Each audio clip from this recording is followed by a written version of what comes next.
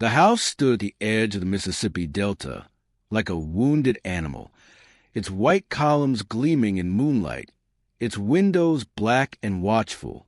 It was midsummer 1847, when the air was so heavy that even the cicadas went quiet. On that night, silence was broken only by sounds no one was meant to hear: muffled cries, frantic footsteps, and the ragged tearing of fabric behind the colonel's locked doors. Servants pressed their ears to walls, but dared not speak. The sound rose, fell, then ended in one long scream that curdled into stillness. By morning, the house was hushed. Candles burned themselves into pools of wax. Curtains swayed though no wind moved. A parlor mirror was found cracked clean through, as if some invisible hand had struck it in rage. No explanation was given. Breakfast was served, prayers recited, and the colonel sat at the head of the table as though nothing had happened. But the silence that spread across the house was heavier than words. In the kitchen, the enslaved whisper of shadows pacing in the halls, of footsteps echoing long after everyone had gone to bed. A maid swore she saw the mistress of the house walking barefoot in the field at dawn, her nightgown dragging in the mud, her face turned upward to something no one else could see. The Coldwell family had been honored for decades, their names stitched into sermons, their legacy rooted in land and wealth. Yet after that night, their dynasty began to unravel in ways no one could explain. Some called it curse, some judgment, but all agreed the colonel had made an agreement that night, one too monstrous to name aloud. And from that night onward, the house was never truly quiet again. Colonel Abner Coldwell was a man of iron posture and iron will. In the Mississippi Delta of the mid-19th century, his name carried a weight of both fear and admiration. At public gatherings, he was praised as a gentleman of refinement, a veteran of frontier skirmishes, a benefactor of churches, a patron of orphanages. He spoke with conviction, his voice rolling like thunder through town halls. And when he entered a room, men straightened their spines, women lowered their eyes, and preachers blessed his presence as though God himself had stepped into their pews. But the colonel's grandeur was stitched together with cruelty. Behind the high walls of his estate, the truth was far darker. His slaves bore scars hidden beneath their clothes, welts that told of punishments no Bible verse could justify. Neighbors whispered his rages, how a wrong glance or misplaced word could unleash storms of violence. Those who worked his fields never spoke his name after sundown, as though it summoned him. Elizabeth, his wife, stood beside him in every portrait and every gathering, a pale figure draped in silks.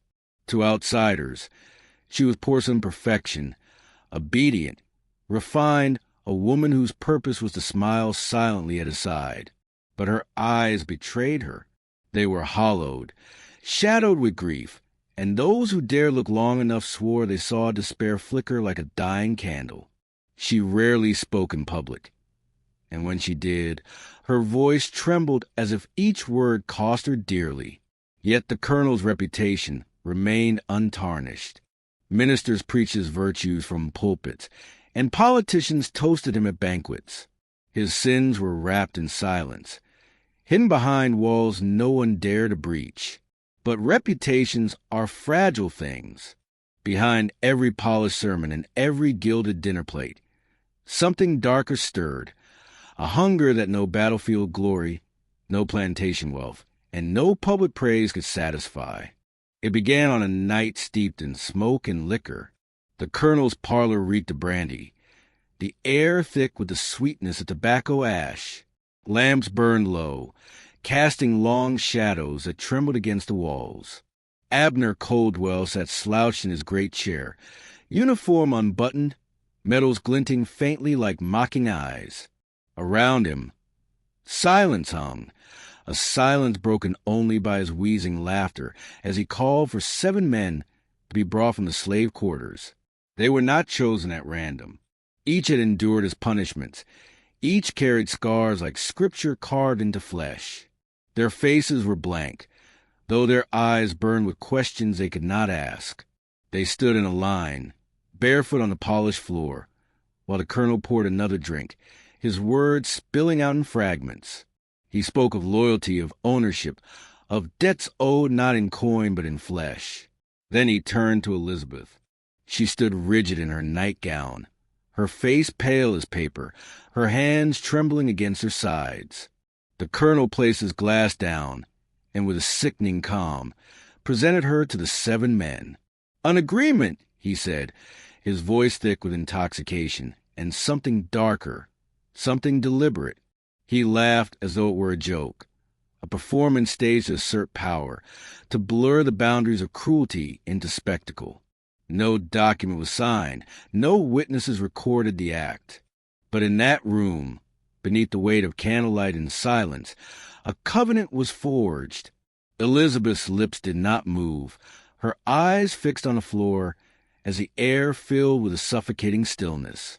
What followed could not be undone, and though the colonel thought himself master of the arrangement, he had offered not dominance, but invitation, and something old, something buried deep in the Delta's soil, stirred awake that night. Elizabeth Coldwell did not resist. Resistance was never an option. To defy Abner was to invite a storm that could not be weathered, a storm that left bruises beneath her silks, welts across her shoulders, and whispers about her fragility in drawing rooms where no one dared speak the truth. On that night, when the colonel placed her in front of the 7, she folded into herself. She stood very still, as though by becoming motionless she might turn invisible, as though silence could shield her from the ritual she was being forced to endure. Her eyes were wide but unblinking, locked not on the men who had been summoned, but on a crack in the plaster above the fireplace. It was as if she had already stepped out of her body, escaping into that fissure in the wall, leaving behind only a shell dressed in white. Her lips did not part. Her hands did not flinch. The screams heard in the hall that night did not come from her throat. They were the echoes of something deeper, something that reverberated through the house itself. By dawn, her nightgown was stained, her hair tangled like seaweed pulled from the river, her body trembling though her face betrayed nothing. She lay on the bed with her eyes fixed on the ceiling, humming faintly, her voice raw and fragile. The tune was unfamiliar, neither hymn nor lullaby, a melody that unsettled the servants who overheard it. Elizabeth did not speak of that night again. She carried its weight in silence, her grief wrapped in the same quiet obedience that society demanded of her. But silence is not absence. Silence is a vessel, and within her silence, something grew, not resistance, not surrender, but shadow, gathering strength in the space where words have been denied. In the autumn of 1848, the colonel summoned a painter from New Orleans to immortalize his family. It was meant to be a statement that the Coldwells remained strong, untouched by whispers, their legacy secure in both blood and image. The parlor was arranged with military precision, curtains drawn, lamps polished, uniforms brushed clean. The colonel sat stiff in his high-backed chair, metals gleaming, jaw set in defiance. Elizabeth was placed at his side, draped in white silk that shimmered like frost. Their children stood between them, small bodies pulled upright by the weight of his command. The painter worked for days in silence. He later confessed that the house unsettled him, that every brushstroke felt guided by something beyond his hand. Elizabeth refused to meet his gaze. She looked past him, always past, as though a shadow loomed just behind his easel. The children fidgeted, whispering words he did not understand, before the colonel's glare silenced them. When at last the canvas was unveiled, the room fell still. The colonel's jaw tightened, his hand twitching toward the pistol on his desk. For behind Elizabeth, half shrouded in shadow, stood 7 figures. Their outlines were unmistakable, tall, faceless, dark as silhouettes cut from the night itself. The painter swore he had not painted them. His brushes, he claimed, had moved without his consent, dragging darkness into the light. Elizabeth's expression on the canvas was worse than the figures themselves. Her face, pale and drawn, carried a faint, almost imperceptible smile, not of joy but surrender, as though she had accepted the company at her back. The Colonel rage demanded the painting destroyed, but no fire touched it. The flames hissed and curled around the canvas, without leaving so much as a scorch. In the end, the portrait was covered, hidden in the attic, its presence a silent witness to the truth no one dared name. The change came first in their sleep. The Coldwell children, 3 boys and 2 girls, began to murmur in the night. At first it was soft, fragmented phrases that slipped past the ears of their nurses, words that did not belong to hymns or lessons, syllables twisted and strange. But soon the whispers grew clearer. The eldest boy, not yet 10, would sit upright in bed, eyes closed, and recite names no one recognized, syllables thick with rhythms that belonged to a tongue older than the plantation itself. At the breakfast table, they grew restless. Small fingers traced circles into the wood, spirals that matched the shapes Elizabeth drew on the parlor floor. The youngest daughter stared at empty chairs, as though listening to unseen guests. When asked what she saw, she simply smiled and whispered, "The 7 are here." Servants began to complain of toys moving in the nursery when no hands touched them, of lullabies sung in the voices of children who were asleep in their beds. One nurse swore she found the youngest child standing on the veranda in the dead of night, speaking fluently in a dialect carried from Africa generations before, a language she had never been taught. Then came the disappearance. One dawn, the middle daughter was gone from her room. The search stretched across the fields, panic gripping every heart. She was found at last in the cotton rows, barefoot, her nightgown damp with dew. Her lips trembled with song, the same melody Elizabeth hummed in empty rooms, but carried now in the voice of a child, low and haunting, threaded with syllables no one dared to repeat. From that day forward, the children were watched constantly, yet their whispers did not stop. If anything, they grew louder. It was as if the shadows that followed Elizabeth had now found new hosts, speaking to the tongues of her children, binding them to the covenant their father had forged. In a time when faith was meant to be the salve for every wound, the Coldwells found no refuge within the church. On Sundays, the family still arrived in their carriage, the Colonel upright and rigid, Elizabeth veiled, the children pale and restless. They sat in the front pew, their presence commanding attention. Yet the sanctuary seemed to recoil around them. Hymns wavered when their voices joined. The air grew heavy when Elizabeth knelt, her whispered prayers sharp and foreign, unfamiliar even to the minister's ear. At first, sermons still praised the Colonel's wealth and service, but soon his name was avoided. Ministers spoke instead of sin too great for redemption, of covenants made not with God, but with darker powers.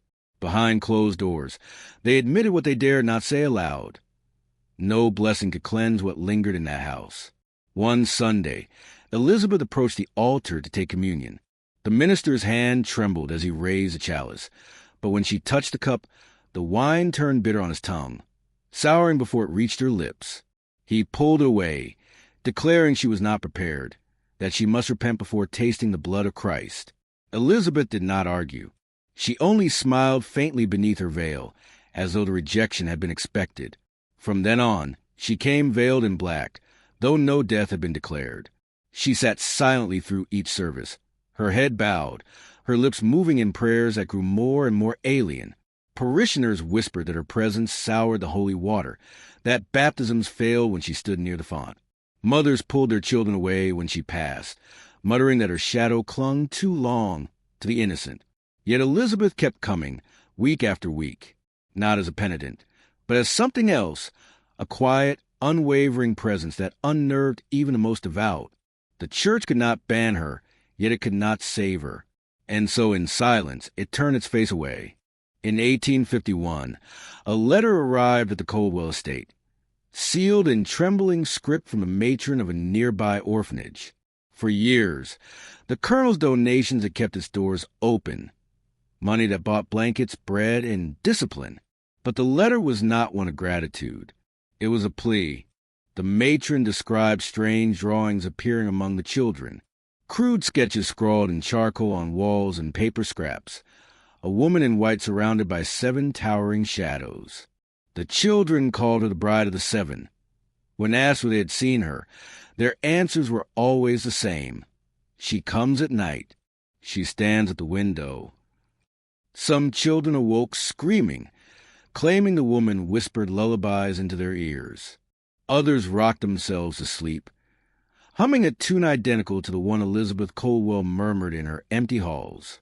The matron confessed she no longer allowed the children to sing at all, for their voices blended into a harmony too chilling to endure, a chorus that seemed older than their young lungs could hold. She begged the colonel to stop his visits, for though he had not stepped foot on the orphanage grounds in months, the children whispered of him too. They drew his face beside the woman's, not as husband, but as captor, a man chained to shadows he could not escape. Weeks after the letter was sent, the orphanage burned. The flames devoured the dormitories in less than an hour. 12 children perished, their bodies found curled in the ashes, hands clasped together as if they had lain down willingly. The cause of the fire was never named. Some swore they saw Elizabeth standing at the edge of the road that night, her veil lifted, her lips moving in a song that carried over the crackle of fire. The colonel never spoke of the letter, but the servants whispered that he kept it locked in his desk, stained with brandy, as though it were the only confession he could not destroy. The overseer of the Colwell plantation was a man known for his cruelty. His name was Jonas Pike, and his whip was feared more than the colonel's voice. He carried it like a badge of office, striking for the smallest offense, often smiling when flesh split beneath leather. Even the colonel, ruthless as he was, seemed uneasy in Pike's presence. He was useful, and so he was kept, until the night he was found hanging in the barn. It was not rope that bound his neck, but torn strips of linen. Servants recognized the fabric instantly. Fragment of Elizabeth's gowns, her silks ripped into long, twisting ligatures. Pike's body swayed from the rafters, head tilted at an unnatural angle, eyes bulging as though he had been staring at something only he could see when death came for him. The colonel tried to bury the matter. He ordered a quick disposal, forbade talk of it, and told the sheriff Pike had taken his own life. But the details could not be erased. The barn reeked of perfume.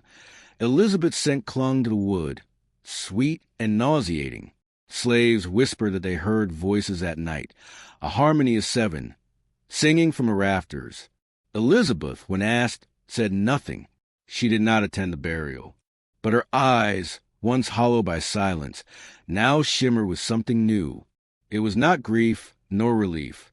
It was power, a quiet, feverish strength that unsettled even those who pitied her. After Pike's death, no one dared take his place. The colonel oversaw the fields himself, but his presence lacked its former authority. He looked over his shoulder too often, as though afraid of something at his back. And every time Elizabeth passed through a room, servants swore the air grew heavier, the scent of her perfume thickening until it felt like a noose tightening around their throats. The Coldwell estate had claimed its first life. It would not be its last. The library smelled of mildew and ink, the kind of air that clung to the back of the throat. Elias had pried open the desk drawers in search of correspondence, but instead he found a slim, leather-bound ledger wedged behind a false panel. Its cover was marked only with a hand-stitched sigil, 7 interlocking circles surrounding a single cross. The leather was warm to the touch, as though it had been resting in sunlight, though the room was cold and unlit. When Elias cracked it open, the handwriting was not the careful penmanship of accountancy. It was jagged, frantic, as though written in haste or under duress. The pages listed dates, names, and phrases half in English, half in what looked like Latin. Between the lists, margins were filled with prayers, if there were prayers at all, asking for transference, binding a wound to soil, and the seeding of the house with chosen blood. Some entries were signed only with an initial, See, the deeper Elias read, the less the words seemed fixed. They shifted at the corner of his vision, letters curling into shapes he could not follow. The phrase "the union of seven" repeated across the book, growing larger, more emphatic with each mention. In one chilling entry dated 1844, the script recorded, asterisk, she agreed. 7 hands, 1 covenant, the dynasty preserved by union not of heaven, but flesh and burden. Asterisk. Elias dropped the book onto the table, heart pounding, the echo rolling through the hollow chamber. In that silence, he thought he heard something, a whisper from the open ledger. The words were not spoken aloud, but they pressed against his mind, urging him to keep reading. A sense of dread rooted itself in him. This was no ordinary diary. It was a record of ritual, a record of violations sanctified in ink, and it had not been meant for any living man to read. Asterisk, she agreed. 7 hands, 1 covenant, the dynasty preserved by union not of heaven, but of flesh and burden. Asterisk. Elias froze. The words on the page pulsed like a wound, alive and festering. He shut the book, but the sentence lingered inside his head, as though branded into his memory. The silence of the library deepened, pressing in, the weight of centuries exhaling dust through the cracks in the wood. He reached again for the ledger, compelled to spite himself. The spine creaked, and as he turned more pages, the ink seemed to grow darker, wetter, as though freshly written. Beside each entry, faint notations marked births, deaths, and a line of inheritance. Women's names crossed out, children catalogued not by affection, but by ritual compliance. The ledger did not simply record family history. It measured sacrifice. Suddenly, the lantern flickered. Shadows stretched against the walls, their shapes wrong, elongated limbs, hunched figures, as though the ink itself had bled into the room. Elias slammed the book shut, breath ragged. But in the split second before he did, his eyes caught a final line at the bottom of the page. Asterisk. The blood must be renewed before the house forgets its covenant. Asterisk. The whisper returned, unmistakable this time, curling through the stillness. Read on. But Elias could no longer tell if the voice came from the ledger or from within his own mind. The library smelled of mildew and ink, the kind of air that clung to the back of the throat. Elias had pried open the desk drawers in search of correspondence, but instead he found a slim, leather-bound ledger wedged behind a false panel. Its cover was marked only with a hand-stitched sigil, 7 interlocking circles surrounding a single cross. The leather was warm to the touch, as though it had been resting in sunlight, though the room was cold and unlit. When Elias cracked it open, the handwriting was not the careful penmanship of accountancy. It was jagged, frantic, as though written in haste or under duress. The pages listed dates, names, and phrases half in English, half in what looked like Latin. Between the lists, margins were filled with prayers, if there were prayers at all, asking for transference, binding a wound to soil, and the seeding of the house with chosen blood. Some entries were signed only with an initial. See, the deeper Elias read, the less the words seemed fixed. They shifted at the corner of his vision, letters curling into shapes he could not follow. The phrase "the union of seven" repeated across the book, growing larger, more emphatic with each mention. In one chilling entry dated 1844, the script recorded, asterisk, she agreed. 7 hands, 1 covenant, the dynasty preserved by union not of heaven, but flesh and burden. Asterisk. Elias dropped the book onto the table, heart pounding, the echo rolling through the hollow chamber. In that silence, he thought he heard something, a whisper from the open ledger. The words were not spoken aloud, but they pressed against his mind, urging him to keep reading. A sense of dread rooted itself in him. This was no ordinary diary. It was a record of ritual, a record of violations sanctified in ink, and it had not been meant for any living man to read. Elias staggered back on the table, clutching his chest as if the words themselves had entered his blood. The ledger sat there in the wavering lantern glow, quiet, patient, yet alive with a presence that seemed to thrum through the floorboards. He dared not touch it again, but already it was too late. The house had noticed. From somewhere above, would groaned, an old beam shifting under weight, or perhaps something pacing slowly across the floor. Elias looked up. Dust drifted from the ceiling in a fine veil, glittering in the lantern light like ash. The air felt thicker, as though the walls had drawn closer. He thought of leaving. He even turned toward the door. But as his hand gripped the knob, the metal burned cold, searing into his palm. He pulled back with a hiss, skin red and raw. The door had not budged. It was as if the house itself had chosen to hold him. The whisper came again, not from the ledger now, but from the very grain of the wood, from the plaster seams, from the darkness between rafters. Asterisk, do not turn away. The covenant breathed still. Asterisk, Elias tried to steady himself, forcing his thoughts back to reason, to history, to tangible fact. Yet reason faltered in the face of what he felt, that this place was no ruin, no abandoned relic. It was a vessel, a keeper of vows never dissolved, of acts never repented. He stepped back into the library, the shadows clutching at his movements. The ledger waited. The house waited. And Elias, caught between terror and obsession, realized with a sinking certainty that he was no longer the reader of the story. He was becoming part of its continuation. In the far corner of the library stood a cabinet with a warped glass door. Elias approached, lantern trembling in his grip, and saw inside a row of journals, their bindings plain, their spines brittle with age. Unlike the ledger, these bore names etched into the leather. Sarah, Lily, and Mary, each followed by a year. He pulled one free. Its pages were fragile, but the words still breathed. It was not the Colonel's hand this time. The script was smaller, hesitant, the writing of someone young. The first entry began simply, asterisk, they brought me here after flood. I am to serve, but the house is heavy. The rooms listen. Asterisk, Elias turned the page. The child had drawn crude sketches. The outline of 7 figures standing in a circle, a woman kneeling at its center, and a cross set above them like an anchor. As he read on, the tone darkened.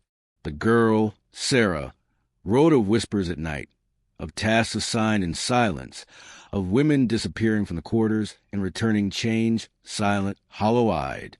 She wrote of children born and swiftly taken away, of the house's covenant, spoken in hushed tones by overseers who never let the orphans leave the grounds. In one entry, Sarah confessed, asterisk, they made her kneel before us. She did not look at me, but I knew it was the Colonel's wife. She bled, and they told us this is what bound us to the soil forever. They made us pray while she cried. Asterisk, Elias felt his stomach twist. This was not myth. This was testimony. A child forced to witness what no child should.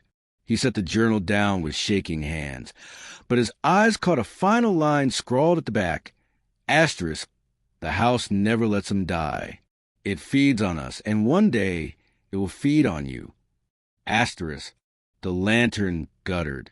The air pressed heavier, and Elias realized he was reading not just history, but a warning written across generations. The journals had left Elias shaken, yet the house seemed to guide his steps onward, pulling him deeper into its interior. He climbed the main staircase, each step moaning under his weight, until he reached a hallway lined with doors. Most were ajar, their rooms empty, filled with dust and collapsed furniture. But one door at the end stood shut. Its handle gleamed faintly, untouched by corrosion, as though it had been waiting for him. When he pressed against it, the latch gave with unnatural ease. The room beyond was a nursery. The wallpaper had once been cheerful, rows of painted lambs and flowers, but time had peeled into curls that resembled skin sloughing from bone. A row of wooden cradles lined the wall, each covered in a film of dust, yet arranged too neatly, too deliberate, as if someone still tended them. Elias raised a lantern. Something glimmered on the nearest cradle. A tiny bracelet, tarnished silver, etched with name, asterisk Annabelle. Asterisk, he touched it, and the air seemed to contract. A faint rattling noise stirred from the other cradles, like toys shifting though no hand had moved them. Then came the sound, a lullaby, faint, broken, carried not by a voice but by the very walls. The melody was wrong, sliding between notes, warped and incomplete. He staggered back, yet his eyes caught the detail that froze him. The cradles were not empty. Within each lay a bundle wrapped in linen, small, human-shaped, but utterly still. His breath caught, pulse racing. He leaned closer, against every instinct, and saw that the linens were not fabric at all but paper. Pages torn from journals, prayers, and contracts, wound tightly around fragile forms. The whisper rose again, closer this time, filling his skull. Asterisk, blood bound to parchment, flesh bound to vow. The house does not forget its children. Asterisk, Elias stumbled for the door, but it had closed behind him, and the lullaby grew louder. Asterisk, the nursery door finally released Elias, though he was unsure if he had forced it open or the house had simply decided to let him go. He stumbled into the corridor, sweat cold upon his skin, the lullaby still echoing faintly behind him. The hallway stretched longer than before, its geometry untrustworthy, doors repeating, distances warping. Yet among the endless frames one stood out, a blackened door carved with 7 marks, each resembling a handprint scorched into the wood. He approached reluctantly, lantern dimming with each step. The handle was ice, colder than the metal had any right to be, but it turned easily, as though the room had been waiting for centuries to receive him.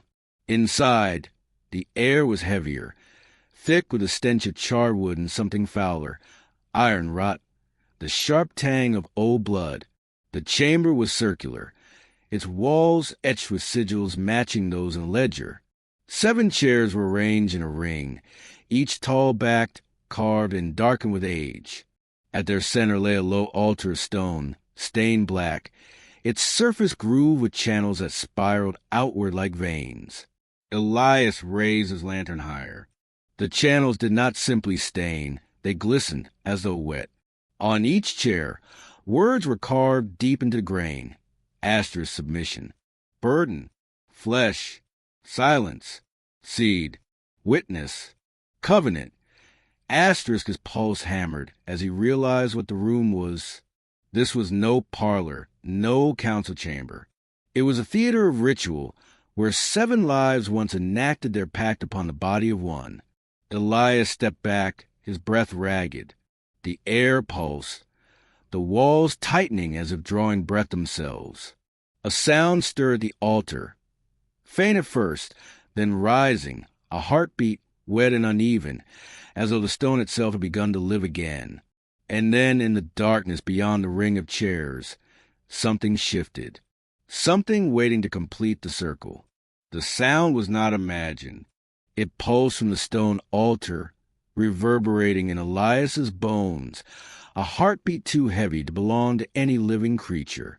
He lifted the lantern, but its light faltered, refusing to cross the circle of chairs. The room beyond remained smothered in shadow, as if the darkness itself were alive, pressing back against illumination.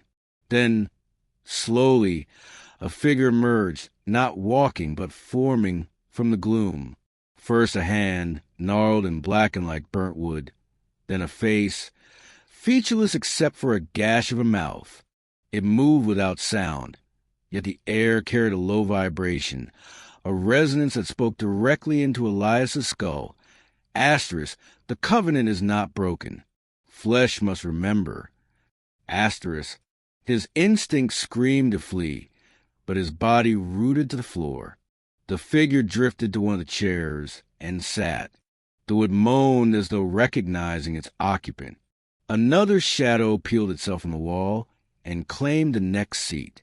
Then another and another, until 6 of the 7 chairs were filled with grotesque silhouettes, their forms shifting between the human and the unearthly. Only one chair remained vacant, the one carved with the word witness. Elias understood then. The house was not showing him its past. It was preparing to include him. He was no longer the observer. He was being summoned to complete the circle. His hand trembled, the lantern nearly slipping, as the whisper filled him again, layered with 7 voices speaking as one. Asterisk, the blood that bound them now seeks your breath. The vow is unbroken. The witness returns. Asterisk, the heartbeat from the altar grew louder, shaking the stone beneath his feet. Elias realized with terror that it was not the altar beating. It was the house itself. The 7th chair seemed to lean toward Elias, its carved arms stretched like open jaws. The word witness glowed faintly in the lantern light, as though the wood itself smoldered with expectation. His knees buckled, the weight of the room pressing him down, pulling him toward the empty seat. Every instinct screamed against it. Yet his body moved despite his will, drawn forward as if by invisible hands. He stumbled across the threshold of the circle, and the change was immediate. The air grew thicker, heavier, humming with a current that made his teeth ache. The 6 shadowed figures turned their faces toward him.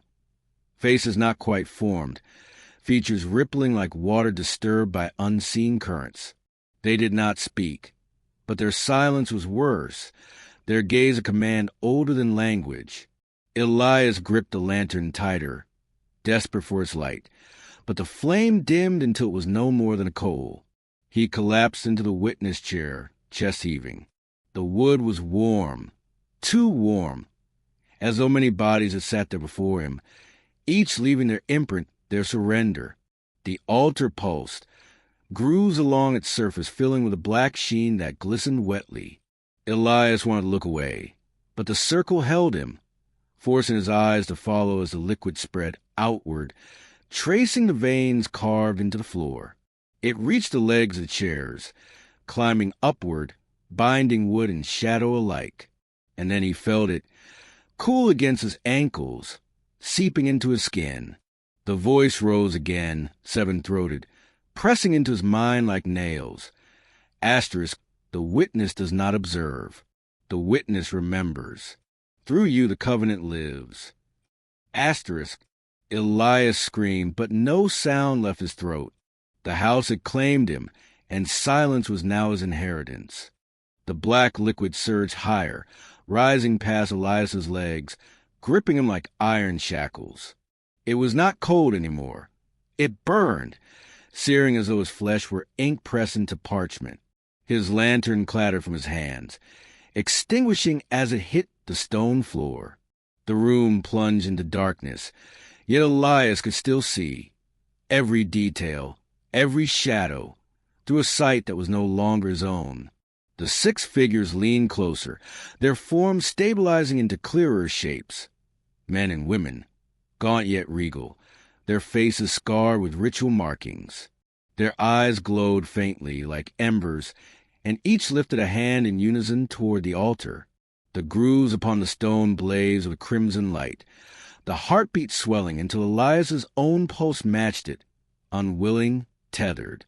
The liquid climbed his chest now, binding him to the witness chair, and with each rise, memories not his own bled into him. He saw flashes, the colonel's stern face, his wife's hollow eyes, the orphans gathered in prayer as screams echoed through the halls. He felt their terror, their subjugation, their enforced silence. The covenant was not only a record, it was a living archive, poured into him like molten truth. The figures spoke as one, their voices rumbling to the marrow of the house. Asterisk, the witness does not flee. The witness carries. Through your breath, the vow endures. Asterisk, Elias tried to resist, claw at the arms of the chair, but it had swallowed his hands, fusing flesh with grain. He opened his mouth to cry out, but another voice spilled forth instead, low, resonant, ancient, words he did not know, yet his tongue spoke them as though carved into his soul. And with that utterance, the covenant was renewed. The dynasty's secret lived again, through him. When dawn broke over the Mississippi Delta, the Coldwell estate stood silent and still, the air heavy with the residue of a night no one could name.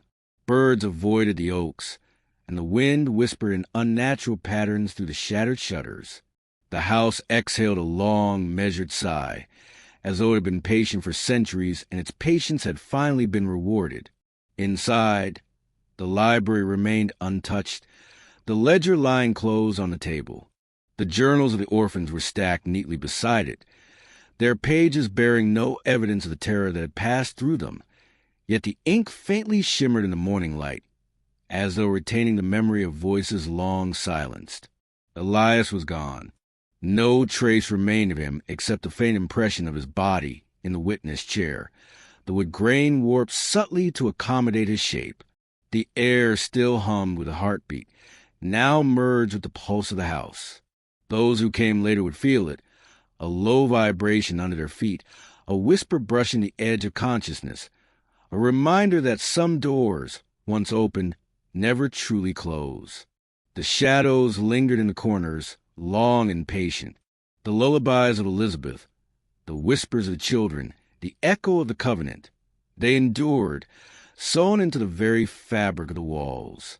The Colonel's legacy had become eternal, not in wealth or reputation, but in the house's memory, where silence was obedience. Shadows were witnesses, and no act, however dark, was ever forgotten. And so the house waits. It waits for those who dare to read the ledger, to lift the journals, to sit in the witness chair. It waits because memory is a kind of hunger, and once a covenant feeds, it remembers forever.